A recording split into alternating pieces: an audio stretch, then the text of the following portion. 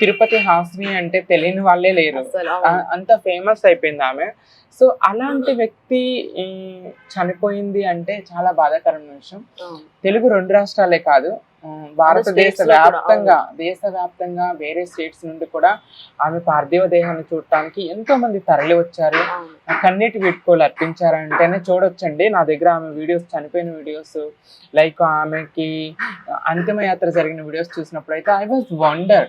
అంతమంది ఒక ట్రాన్స్ చనిపోయినప్పుడైతే చాలా మంది చూడటానికి కూడా ఎక్కడ చనిపోయింది, ఎప్పుడు అంతిమయాత్ర జరిగింది, ఎక్కడ పాతి పెట్టారనేది కూడా తెలియదు చాలా తెలీదు. మంది. అవును.